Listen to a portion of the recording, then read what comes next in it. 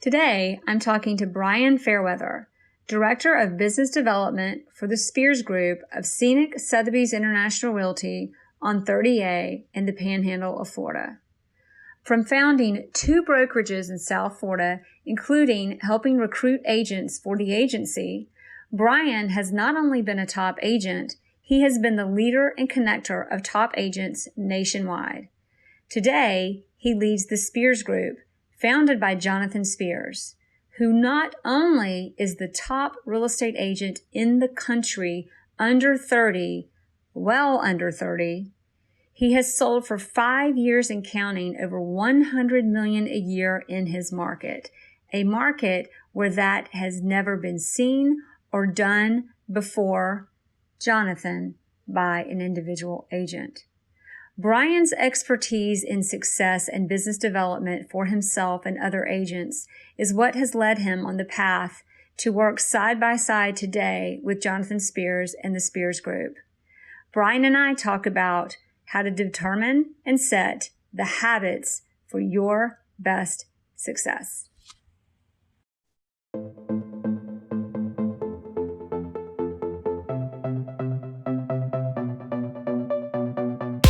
Thanks for listening to the Jerry Metcalf Podcast, where top real estate agents tell how they do it. This podcast was created for real estate agents across the country to come together, sharing ideas to take your, their, and our business to the next level.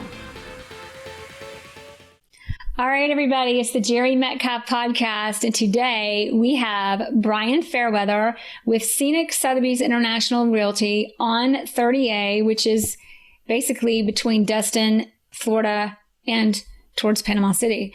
Brian, thank you for being on the show. Thank you for having me. I've been excited to hop on the podcast ever since we were at Pescado, I guess, post-quarantine. Yeah, like just post-quarantine. Yeah. So tell everybody a little bit about, you're not just somebody who's not, Scenic Sotheby's is great, but you got a lot more background and experience in that. And Brian's on the show today because he's got perspective working in South Florida, Palm Beach, between Palm Beach and Jupiter, running offices for the agency. He's now running Jonathan Spears Group, which is, I think he might be the most successful agent for his age and one of the most successful agents ever who's been on the show. And you're running his team now, but here just to give us perspective on your success and the success of all of these agents, different companies, different agencies, different ways of doing things, and teaching us a little bit about it.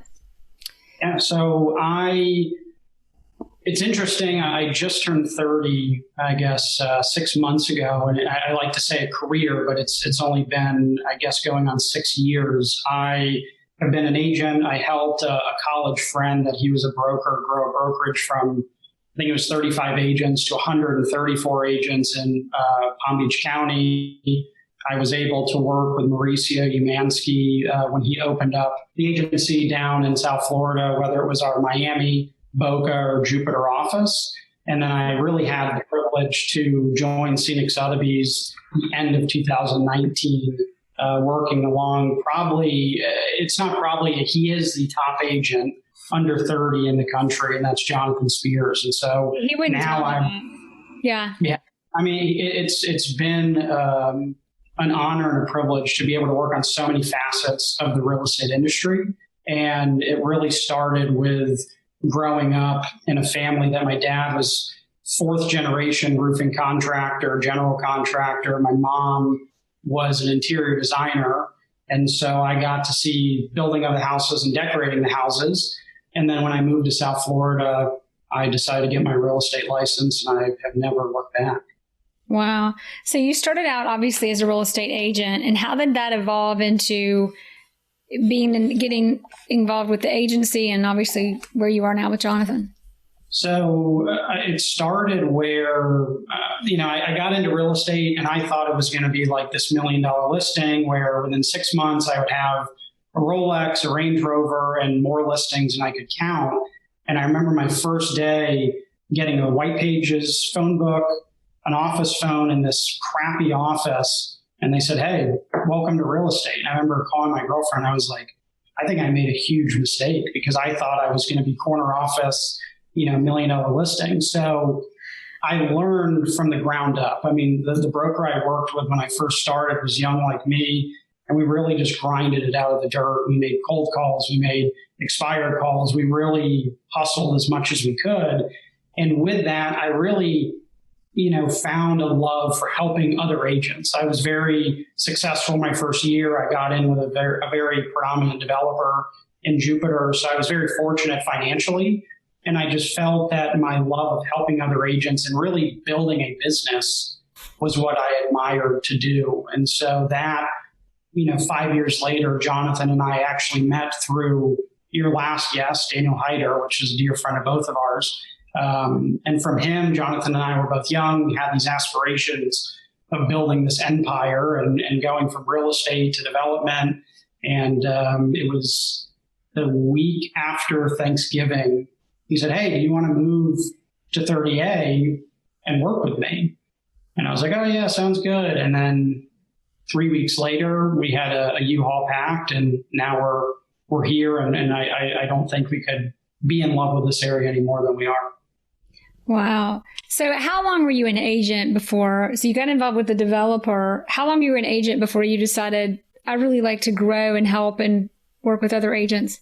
It was probably within 7 or 8 months, where because we were a young boutique brokerage, I had the ability that I think I sold $5 million my first 7 months. Oh, wow. Some of the agents were like, "Wow, I've never even thought about doing it." And when I get into something, and you can ask my friends, my family, everyone, is I become obsessed, where I just will be on The Real Deal every day. I'll be watching every TV show, every interview, because I just want to soak it all in. And so a lot of agents I saw being busy, not productive.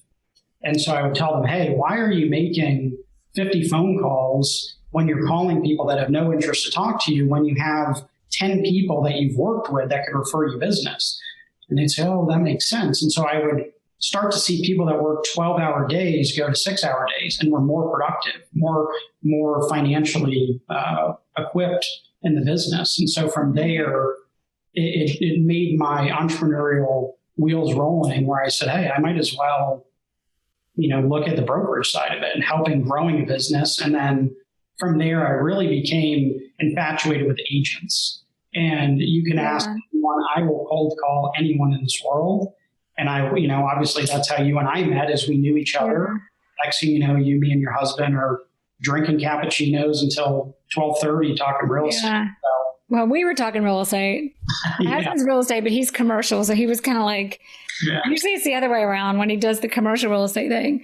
Golf, if I can remember correctly. So why do you think, and I want to get back on track but this will get us on track with your career, but I love what you said. You put it so beautifully. There's so many agents in our business doing 50 calls a day to people who really don't want to talk to them. When they've got 10 really solid people, they could actually serve and help and work less and do a lot better with them. Why do you think this path in our industry has gotten traction and developed all these calling expireds, cold calling? Why is that such a trend when it's so unpleasant? I think for everybody. Yeah, I mean, my honest opinion is I believe that there's real estate coaches that have to teach something that can be uniform, whether it's in Minnesota or Miami. And calling expireds or calling, cold calling is something that's been around for quite some time. And I think real estate agents get in for A, the wrong reasons, and B, they have the wrong business model. So they try to create, I want to be $100 million producer because I'll be wealthy or because I can do whatever I want. And then they try to backfill the plan versus the other way around is I want to be an agent. I want to make $100 million, or I want to produce $100 million. But the first step is getting that first client and then how I get to 2 and so on. And so I think calling expireds is a very blanket way of getting business where each one of us has a sphere. My sphere is not yours and vice versa. And so that's what I think makes agents different and makes them successful is they realize their sphere is their bread and butter and they don't have to constantly be chasing leads because this is a relationship business. And if you're constantly, I sold your house, now I moved on to the other one, that next person feels like I was just a transaction. Whereas if, Daniel Hyder, I distinctly remember when him and I had dinner in Palm Beach probably 4 years ago. And he said, when you start to realize that your client is most important, not you, you'll get this business. And it was this click in my head where I was like, I was in real estate for myself. I was in real estate for me to make money. And when I changed it to where it's about my clients buying or selling a property or selling an investment or making an investment, then the wheel started turning where it was like, wow, I'm second, the client's first. And Jonathan, has done that very well, especially at that age. And when him and I listened to his interview because he really articulates that well. Yeah. He's a poet with his words. That's for sure. And he's one of the best at it. And passionate. What was the difference in your experience as an agent? And then I want to start talking about your experience watching other agents, but let's get to know you and your business too. What was the difference in your experience as an agent from being in it to make money and being in it to serve others and to put your client, when it went from it's about me to it's about them? Well, I think when it was about me, it was just, you had the fear of missing out. That client's good, but this one's better. This is $1 million deal, but that's $2 million. It was constantly, calculating how it could benefit me as the agent, versus when I started thinking of the client, it's like, hey, I'm going to treat a client that's doing a $10,000 a month rental the same way it would be a $5 million spec home. And it was realizing that it was a system. So you're treating the same person the same, whether it's $1 million or $5 million. And I think that's where, I wouldn't say the business became easier, but it became more manageable because you weren't promising one thing to one and another to someone else. So it became a business, not a circus, maybe you could call it. Yeah. Isn't that interesting? Because when it came about serving others, that's and not so much about just you or your money, it became more of a business. Mm-hmm. It was easier to scale as well. So you've been an agent in a company that was basically small to huge. Then you've been with the agency and now you're with Jonathan. I kind of am going to ask two questions in one, but what is it that takes a small company to be in a bigger one? What are the biggest mistakes and biggest successes? And then in doing these things, what do you see in the agents that are part of the company? Because those two things probably correlate a little bit. I would say the biggest mistake in growing a company is hiring too fast and firing too slow.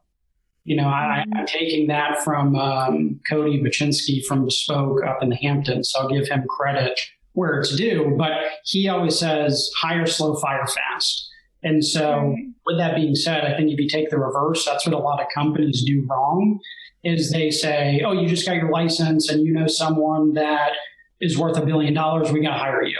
And so then they hire the wrong person, but then they don't fire them because, they know this person, or, there's always these reasons why not to let someone go. And I think when you hire someone in business, it's like dating. You're building that relationship.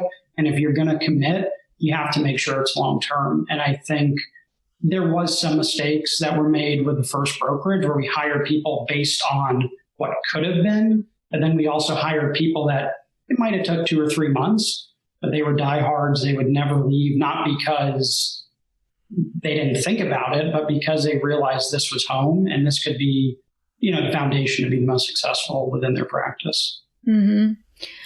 What about agents? What's the difference between, there are probably a lot, but what do you think is the biggest difference between the agents that really hit it and make it big and the agents that don't? I was going to say we could talk about that for 3 days, but I really believe it's taking a step back and it's really deciding what you want. I think so many agents join and they want to do luxury property because of the paychecks, but then they mentally can't negotiate a $5 million deal, or they want to be a luxury agent for the vanity of being a luxury agent, but they don't want to work 24/7. And so that's my biggest,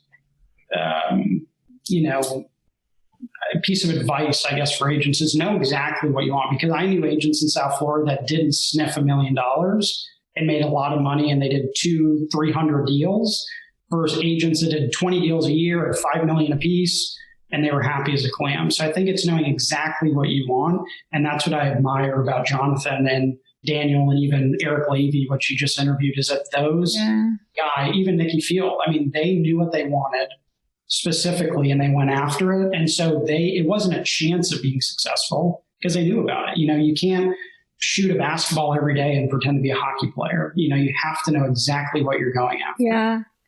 Do you think why do you think there's so many agents that get into this business and just don't make it? I mean, it's really realistically 5% maybe that really, really have a career.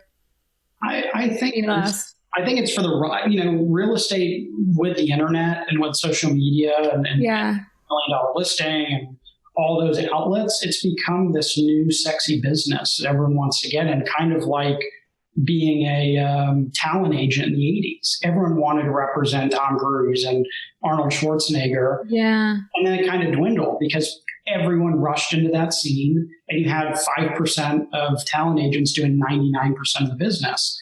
And I would say it's comparable to real estate, where people got in because they want to see beautiful homes and drive nice cars, and they don't realize. That is not the reason to do this business. It's not. Right? That's for sure. I got in it because I was broke. Just guys go find out. But then I figured out that was nice for a minute. It helped. But then I had to figure out, if you're going to stay in it and enjoy it, there's a lot more to it than that, like anything. And I would give my best.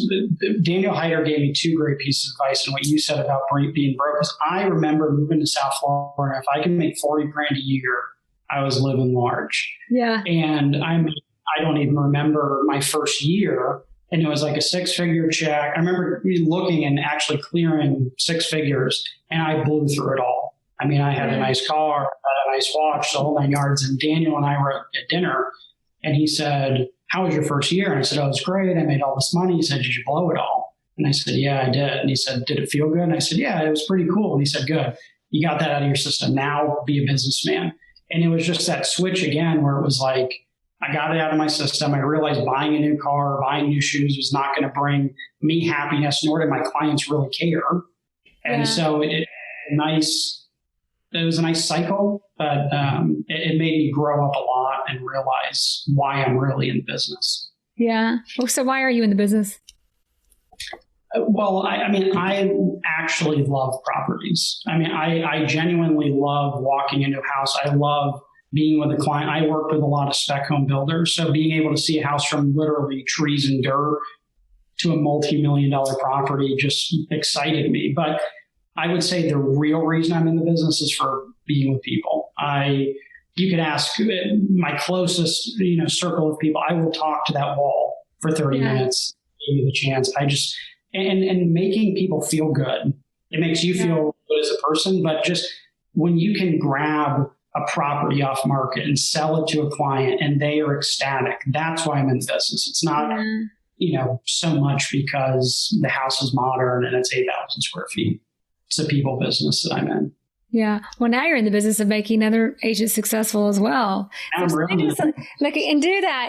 to us a little bit about, so we can put all this into context too. You ran a few brokerages for the agency in between Palm Beach and Jupiter. Was it 2 or 4 or? There was 3 offices in South Florida. I was, the managing director, managing partner of the one in Jupiter. Okay. So my job was to recruit agents, to bring them on board, and to build that brokerage, which I can say is a testament to the brand, but also, they are actually doing better now that I'm not there, which shows, that we built a great foundation and the people that they came in did a great job. So it was, Mauricio is another, but to be able to have Mauricio Umancia on my speed dial and to be able to talk to Santiago Arana, one of the top agents. It was, I kind of laughed at how I was running my business because I thought I was so busy.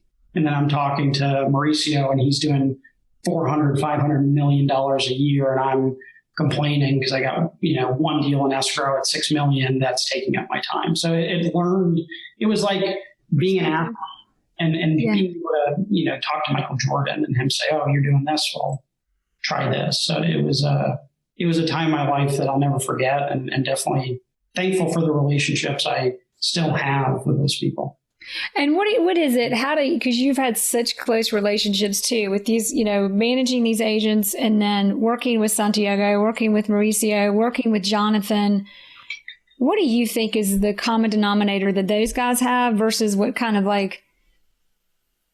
what makes them rise above, what makes them, I think of the Mark Noah, we talk about him in LA, and he sent me the book when I met him actually at a G&E. He sent me the book, or it was at some point, he sent me a few books, but he sent me the book Relentless. Mm-hmm. And the book Relentless talks about athletes like Michael Jordan, they're just relentless. Mm-hmm. What do you think it is that makes these guys like you were talking about, they're just at that level? What gets them there? Is it the way they think? Is it what they're doing? Is it, the circumstances happen to be right?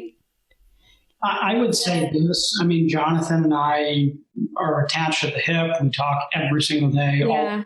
And so I can speak to our relationship is that Jonathan is relentless at being the best person Jonathan can be.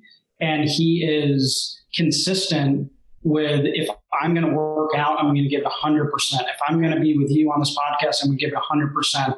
And I truly believe that what separates the 99% from the 1% is the 1% are doing what the 99% are thinking about. Every person doesn't wake up and say, I'm just going to kind of be a good person. I'm going to do my job halfway. Everyone wants to do it. It's hard, and it takes sacrifice, and it takes persistence. And I would say with someone like Jonathan, is he looked at this market and said, there can be better. And it's not, I wonder if it's going to be me, it's going to be me. And I mean, Jonathan has been consistently doing $100 million and up every year for 5 years in a market that had never seen those numbers. And not only that, but now there's other agents creeping into that $100 million mark because of Jonathan's, trailblazing ability. So the short answer would be they're doing things other people won't do, but they also, Jonathan, I could call him right now and say, what's your goal? What do you want to accomplish this year? What do you want to accomplish in 5 years? And I could probably verbatim tell you what he's going to say because it's so specific. And that's what I admired about him, is that he was relentless with his dream, and it's his dream. It's his perspective. It's his reality, and he will go after it, and no one will get in his way. And that's what I think separates the 1% from the rest. So I think to your point is you just said something, Jonathan, you call him, he knows exactly what he wants. Mm-hmm. And he can tell you, why can't the rest of us do that? I think because they're looking for a shortcut. I remember, here's a really funny story. So James Harris, the $1 million listing, he was with the agency. Yeah. And the first time I met him, we were at dinner, and I said, hey, James, what do you do every day that makes you successful? And I'm expecting he's going to say, do you tie your left shoe first? You do 5 jumping jacks, and then the developer's going to call you. And he said, I cold call my prospects. I cold call expireds, but then I also go after developers, and I will knock on doors. I'll do anything to get in front of them and show my value. I was like, that's kind of weird. I've tried that for 2 months. And then I'm on the phone with Santiago Rana. Hey, what do you do? I wake up, I prospect, I cold call, I knock on doors, and I do open houses every weekend. And I'm like, yeah, but what do you really do? You've been in the business 10 years. He said, that's exactly what I do. Chris Fortazzo, the #1 agent in the country. I door knock, I hop on phones, I do open houses. And so I remember talking to Caleb on our team, and I said, what you're doing day one of real estate, you're going to do the last day of real estate. You just get better, and you just have bigger clients, I guess, to work with. And so it's just very interesting that it's not being ultra creative. It's just doing the same thing over. Michael Jordan has the same shot that someone did 20 years before him. He was just better at it. So that's why I think a lot of people aren't successful, is they're trying to reinvent the wheel, and they're trying to think of how can I work the least amount to get the best result. And it's just hard work, and it's consistency. And as easy as and cliche as that sounds, that's the difference. Instead of how can I do the least amount for the most, how can I just be the best me? Yeah, and I think the other thing too, because we've talked about, is I'm a golfer. I love golf. I love surfing. I love all these different things. Yeah. If I base my business on what I love, I can talk to a golfer all day long, Whereas if Jonathan loves playing tennis, they don't connect. So if Jonathan spent all his time trying to get clients that only golf, it wouldn't have that connection the same way as if you went after people that only play tennis. And that's kind of an interesting scenario, but that's just how I feel you should be, is like, know exactly what you want, know the people you want to be surrounded by, and just make sure you go after that, because those are the people you're going to be able to bring value to the most. So with all the options in the world, how do you decide exactly what you want? Is there a process for this that we could all follow? If I knew, I would be patented and sell it. But right. I think it's just being honest with yourself and understanding, I'm a deep thinker. So I always, when I'm going after a decision, I think, why do I really want to do this? And whether I'm okay with the answer or not, at least I can justify it and then follow the path. And so I think people get into business not because they like real estate, but because they want to do one deal a month and make 30 grand, which is not a bad thing. I know a lot of agents that are in the business for money, and that's fine, but they know that's their end goal. So that's the dream they can chase. So question two on all of these moving parts and your experience with agents is, as an agent, you've got tools, you've got your listing presentation, you've got your CRM, you've got your daily habits, you've got your buyer process, you've got your way of getting leads. When you look at that, what in there, how would you say, like, to be successful and watching these other agents all of this time, what are the real key? Is it, there's all this focus, and I'm not digging for an answer either, by the way. I'm just elaborating, but there is a lot of focus, and not that it isn't the listing presentation. I think it might be for some people, but what would you say? Is it like the people who have the listing presentation, the people who prospect, or what tools are they? And I'm going to add, I know I keep going, but to really bring it home, what are the habits in addition to those tools that come together to create success? I mean, I almost think that the last question kind of wraps everything together, and that was my answer, to having the habit. Right, yeah. There's always a new listing presentation. There's always a Matterport or this and that. I just think it's having something that is the best it can be and just consistently doing it. I mean, I remember, and we talked about this agent. There's an agent in Palm Beach. He's the number one agent, and if you look at his marketing, it's black and white, and his icon is this old lion from like the 80s.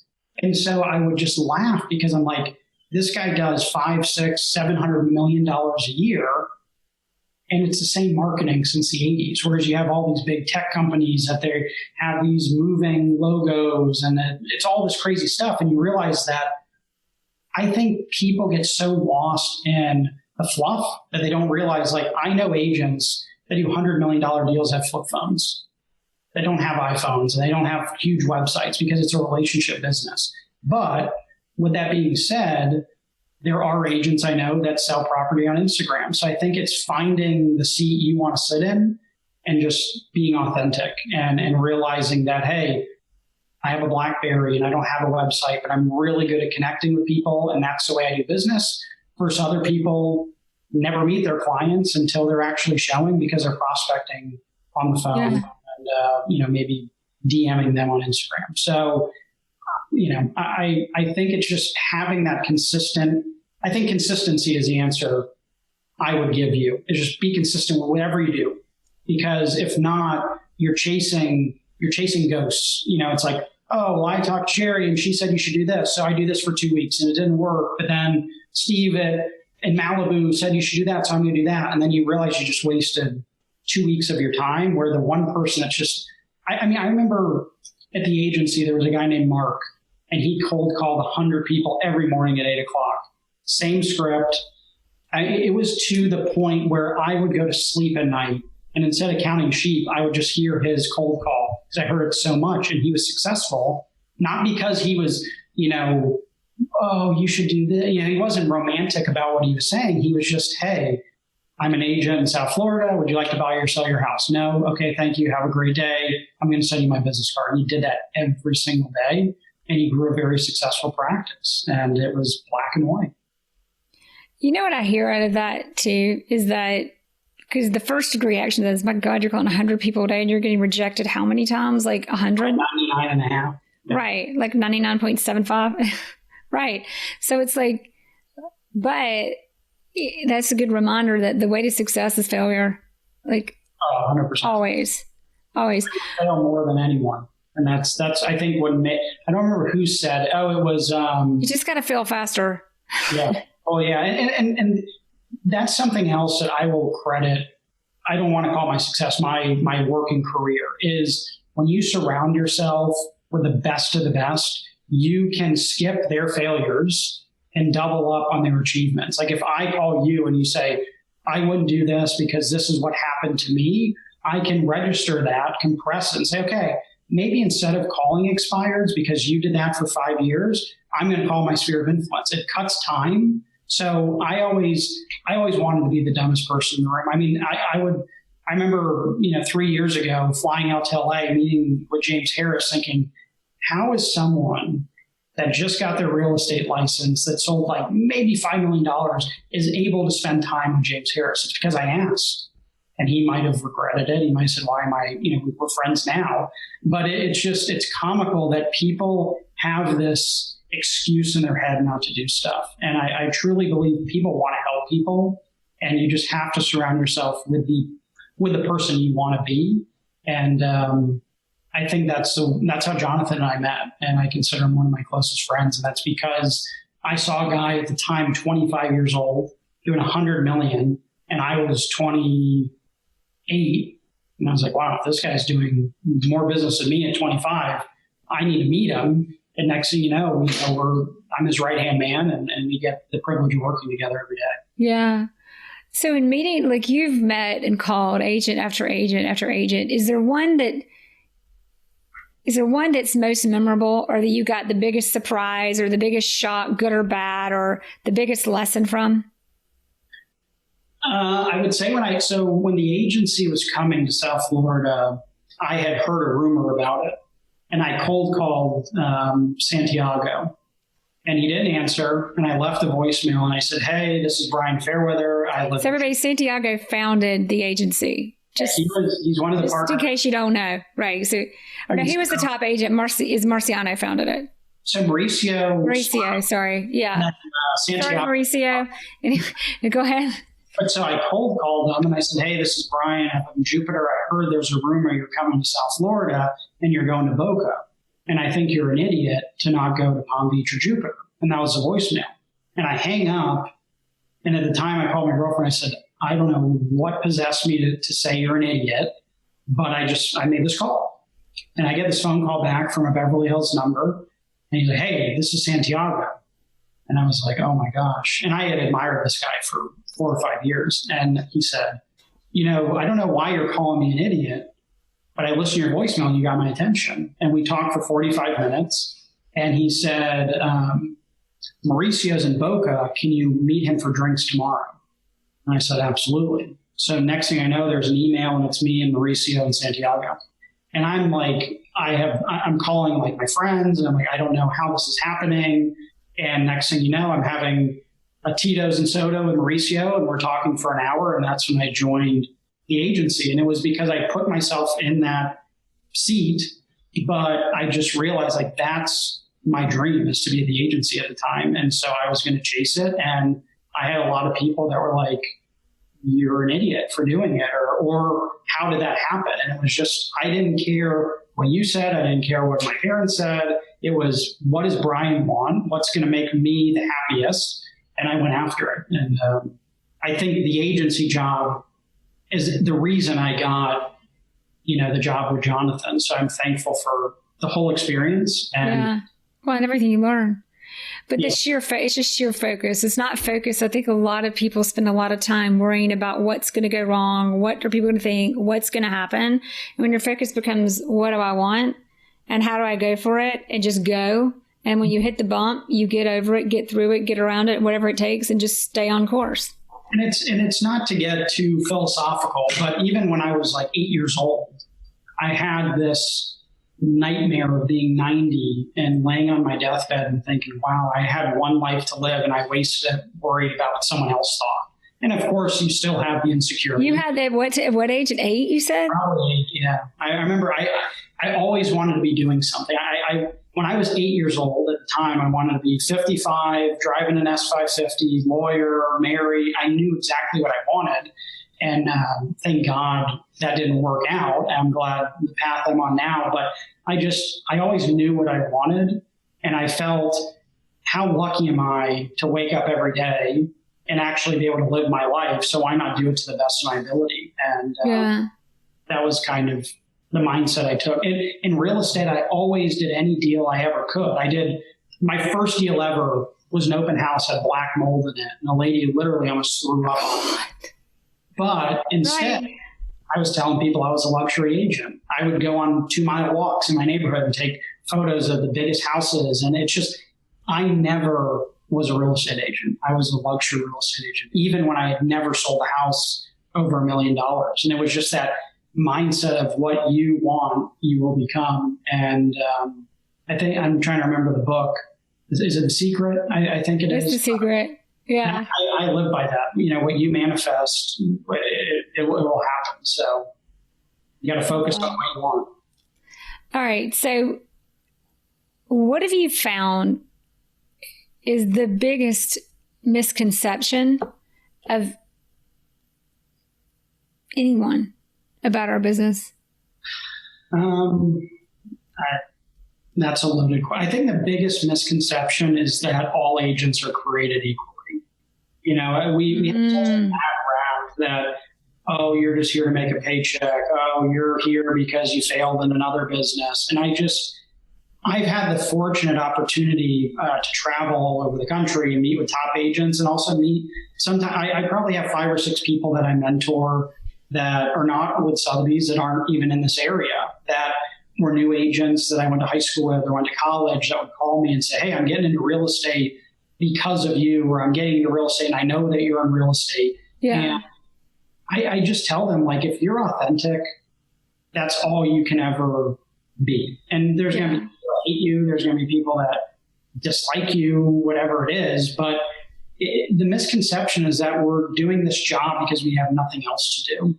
And I really hope that changes. It is changing, but I hope it continues to change, where people realize that this is a very serious job. I mean, we're handling millions of dollars. We're dealing with someone's biggest asset or my parents are selling their house after 28 years. Yeah. My parents are like excited, but for me, it's hard to think, hey, I remember, being a baby pretty much in that house. So that's a very emotional thing. And I don't want their agent to be taking it as a joke. So it's just understanding that this is a serious job. And even though, in my opinion, it could be harder to get a license, people need to take it more serious. So I think it's harder to be successful, but to get a license, it's not. And that's, in some ways, I think that's a benefit, because once you get in it, it's not as competitive as you think, because while everybody's an agent, everybody's an agent. So to be at the top ends up being relatively not difficult, as long as if you do take it seriously. What was your biggest aha, or what do you think other people's biggest aha is when they come to this business? I think it's the busy versus proactive or productive. When you start to realize, I don't have to work 14-hour days. I don't have to. When you realize what you don't have to do, you do what you want to do. And so I think that's the aha moment, is that this is my life. I'm not going to let someone else dictate what I do. If I have my goal, I'm going to accomplish that goal, and just realize that, how can I wake up in the morning and be the most productive, period. I don't go to the gym and do one arm, then walk across and do one leg and then come back. Like, you have to be precise. And I think that was the aha moment, is treat it like a business, be organized. And as my team would roll their eyes every time I say it, be systematic. You have to be systematic in this business. What's your best advice on how to do that? Schedule, time block. Yeah. Down to everything. I mean, it's jobs, time block, to schedule it to every 5 minutes. And I think that people don't want to do it because they're going to realize how unproductive they are, or they're not going to want to do it because they think it's too much time. But again, I'm a golfer. I started playing in tournaments and I would say, I don't know why I can't score better than this and I'm not making the cut or I'm not winning the tournament. And then I would go back and I'd say, wow, I had 5 3 putts. I need to practice putting when I go out to the range and I practice driving.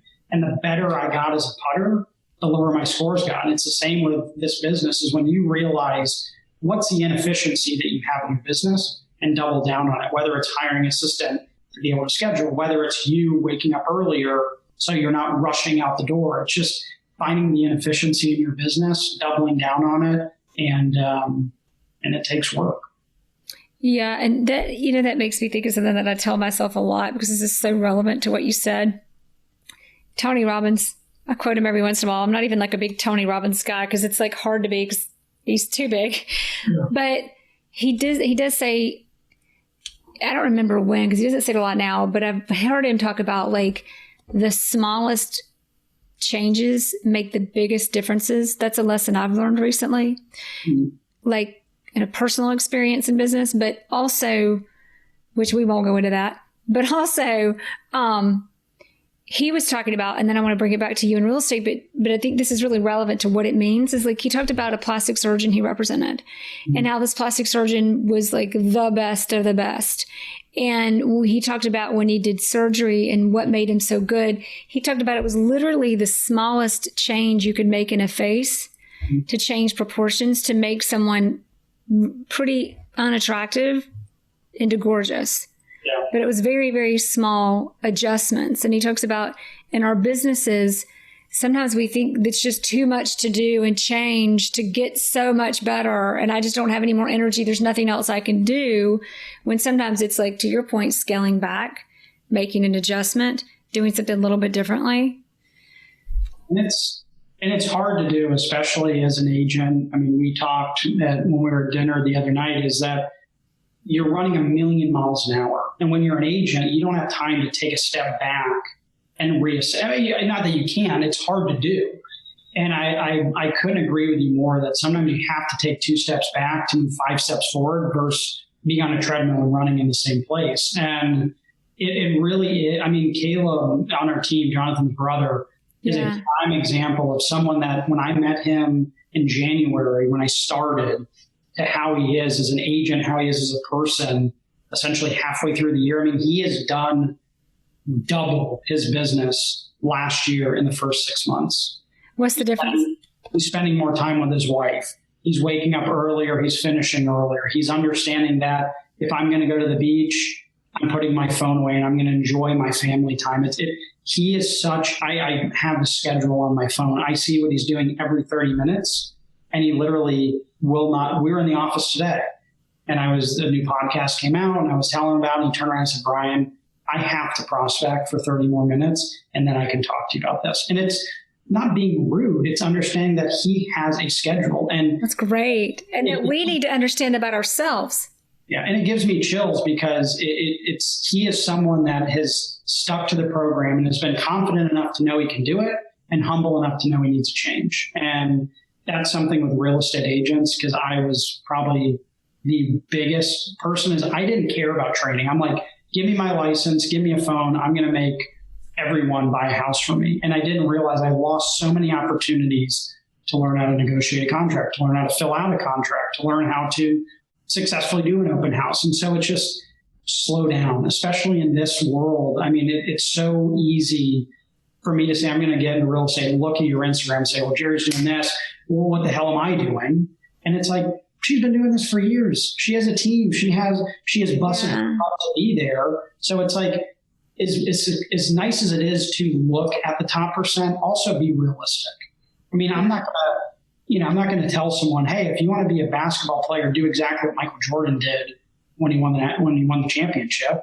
It's like learn how to shoot, then learn how to dribble, then learn how to play with the team and progress, not just think you're going to be Michael Jordan because you want to be. Yeah. You talk about 30 minutes. So, Steve Jobs did every 5 minutes. I'm thinking like, how long does it take to think of what you're going to do every 5 minutes and write it down and track it? And maybe we could do 30. So how do you, and that is a great point, because it's so easy. I'll time block, but I'm like, in these 3 hours, I'm going to get these things done. Mm-hmm. And with the creative ADD tendencies that I have like my 3 things I'm going to do in 3 hours turns into 20 things that I get a portion of done, and nothing got done in 3 hours. Yeah. Hate to even say that out loud, recorded, but it is what it is. I have a feeling I'm not the only one. Yeah. I think everyone does it. And that's especially with Google Calendar. I mean, like Caleb does every 30 minutes, Jonathan does every hour. But what I tell them is like, there's no dire emergencies in real estate. I mean, you have to fund, you have to go under contract, you have there's timelines for things, and very rarely are they every 30 minutes. And so it's understanding from 9 to 10, I'm going to answer emails. From 10 to 11, I'm going to cold call. Well, if from 9 to 10, I'm doing emails and cold calling, I'm going to do half of both. So I'm not going to be successful. I'm going to be behind the 8 ball my whole day. Yeah. When you say, I'm going to focus 100% of, if I'm in a showing and I'm showing a $16 million house, but then I'm on the phone and I'm eating lunch, I'm not doing anything productive. Versus if I say I'm going to eat lunch, then I'm going to do the showing, then I'm going to do my phone calls. Unlike how I was eating just a minute ago when we started this, because I forgot to eat and it's late here, everybody. Well, I was eating lunch as we started. Anyway, no, but so in these 30-minute increments, because I know listening to this, I'm like, I really want to implement this, and I bet everybody listening does too. What are I could come up with plenty of things, but is there kind of a standard, these are the tools in your toolbox of things you're going to allocate to your half-hour brackets? And that's where you have to be realistic. Like, I don't go to the gym, but let's say you did. You're going to know if you wake up at 6 o'clock, you're not going to go to the gym and be the most productive. Maybe it's at 8 o'clock, when you can turn your phone off. So it's just being realistic to who you are. And for Caleb, specifically, he wakes up at 4:30 in the morning and he goes on a beach walk and he does everything he needs to do. So at 6 o'clock, he can have family time and go to the office. Whereas Jonathan wakes up at 6, he gets on the Peloton. They're both starting work at the same time. They're just managing their mornings differently. And I think that's, again, taking a step back and realizing, I love going to the range and hitting golf balls for 30 minutes at 6 o'clock. It lets me decompress. It lets me get all my anger out, gets me thinking of what I want to do the next day. So I make sure it's in my calendar. And that's the other thing, is when it's in your calendar, Tony Robbins says, if it's not in your calendar, it's not real. And I totally believe that, where we can joke because of the pandemic, how many people said, I want to stick to a schedule. Next thing you know, they're watching Tiger King till 2 a.m. And then they're wondering why they didn't wake up at 6. It's, if I say I'm going to bed at 10, I'm in bed at 10, whether I'm tossing and turning all night or I pass out. And it's just consistently, because you're telling your brain what you're going to do. And habits. It's a habit that we're in control of a lot more. I think, to answer a question you asked earlier, when agents and people start to realize you're in control of your life, every excuse is irrelevant, because people have had hardships. People have had benefits that other people didn't. But when you realize you're in control of your life and your destiny is because of the hard work you're going to put in, it's game over. Well, it also, a few things you're talking about, things like going and golfing on the driving range, just when I get done, I'll get out there and get it done. Or when I get done, I'll go do that. And then that overlays into time with your kids and other things that are also just as important, but now they're going to end up going away, because if they're not in your calendar, they're not real. So allocate not just the stuff to get work done, or that because also I think subconsciously you're like, well, I'll get that done because I have to, which makes it kind of but I don't want to. Yeah. But allocate your whole life. Everything you're doing is valuable. And if it's not, cut it out. And that's probably a better way to take the little things out, or make those little minor adjustments that we're talking about, and to really what are the little things we can do? Because it's the little things that make the ginormous difference. I truly believe that and hear that in this conversation. People think they have to do such big things to make big changes. Little things, little tiny things make ginormous changes. And even if I use the example of Steve Jobs making every 5 minutes, and it's well, he also had a lot to do, and he probably had an assistant that did it for him. That was doing it, yeah. I tell people, if you're going to start say your goal is to lose weight or to get in shape, just put on your calendar that every morning from 7 to 7:30, I'm going to be in the gym. Just one thing on your whole calendar, I'm going to be in the gym. And then from there, it's like, okay, I know I get done at 7:30, I shower, I can be at the office at 8:30. Okay, so I have the gym. Now I'm going to do phone calls from 8:30 to 9:30. And it's just building it. Again, it's building your business, building your time. Everything takes steps. And I think that's the problem, is that I want to be a real estate agent. I don't know anything about real estate. I go on Instagram, I see you, I see Mark Noah, I see Eric Levy, I see all these people, and then I want to be them tomorrow. And you don't realize, you talk to Eric that came from nothing in Rhode Island, moved to California and didn't know anyone. It's like, go talk to that Eric Levy, who he is now, and it's completely different. So it's understanding everything's a progress or process and takes progress. So yeah. And there's that, and then doing it the mindset of you're getting there is not an option. Final three. I don't know if you know what they are, because I never warn our guests. I like to just throw them out there. I know there's a final three. That's all I know. Yeah, but see, I ask them every interview, so it's easy for me to remember. Number one, what book do we just have to read because it's a life changer, career changer? We can't leave this planet without it. I would say, and I'm probably even going to get the name wrong. I will be the first one to admit when I say I'm reading a book, it's on Audible. I haven't read a book. Oh, for sure. Yeah. How to Win Friends. And Influence People, Dale Carnegie. I would say that was a book Santiago reads like 3 times a year. And I will give a class on it. And so I'll listen to that. And it's just, again, it's that mindset of like what you want's what you get. But there was a book called Who's Michael Ovitz? And what was it? Say that book again. Who's Michael Ovitz? Michael Ovitz was the biggest talent agent ever. He started at William Morrison. And what I loved about the book is he realized it was kind of a memoir once he retired.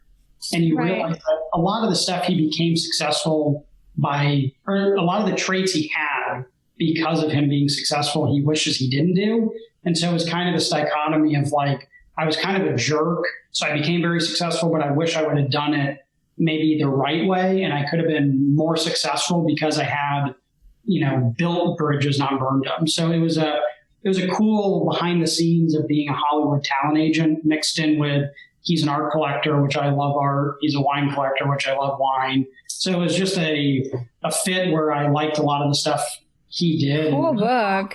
Yeah. I'll send it to you. It's a really good book. Awesome. Who is Michael? I'm embarrassed that I don't know, but Michael Ovitz? Yeah, Michael Ovitz. Yeah. Michael Ovitz. Okay. Next question. What do you think is the most powerful tool a real estate agent can use in their business or that you've used in yours? I would say that's not God-given is your phone. Yeah, I'm supposed to tell you can't say your phone. I forget to tell you that. But right answer. You got it right. Now give us the other answer. Your phone. What is the phone? Or an iPhone. It's just... And even if it's not, just the amount of people I've met, whether it's in real estate or anything, is just, I think it's just being you. Go out, talk to people in a coffee shop when you're, getting your hair done or buying clothes. Be nice. I mean, just if you're nice to people. Kindness. Yeah. Especially lately. We need some kindness. And I remember we did a big Brokers Open, and it was funny. Yeah. It was jam-packed, and we had a ton of people there, and it was just so nice seeing people, and it was so nice just interacting. I remember thinking like, it is just so nice to be nice. It's so nice just to smile and say, hey, how are you doing today? And people are like, I'm doing good. How are you? And it's just like, we forgot how to talk to one another. It changes your attitude. And I think your attitude is the most important part, because you're going to get kicked. You're going to lay down and want to quit, but it's just the attitude of why am I doing this? Because if you're doing it just for yourself, and it goes back to what we talked about at the beginning, when you do it for yourself, you're going to have excuses not to. But when you're doing it for other people, that's the motivation to keep you from getting up, or from staying down, I should say. Yeah, so right. Last question. There's one thing you would hope we remember if we're just going to forget everything else. What do we need to remember from this conversation? I would say it's how this conversation started. It was meeting at Pescado. And just, again, being nice. We had a great conversation about the people we knew. And it's just, if I could say anything, just build relationships that are not one-sided. And that would be, that's my whole career has been from building relationships and putting people before money, putting people before businesses, putting people before anything, is that when you put people first, they'll stick with you. And that's the only advice I can give. Thank you. Beautifully said. Thanks for being on the show. Yeah, thank you for having me.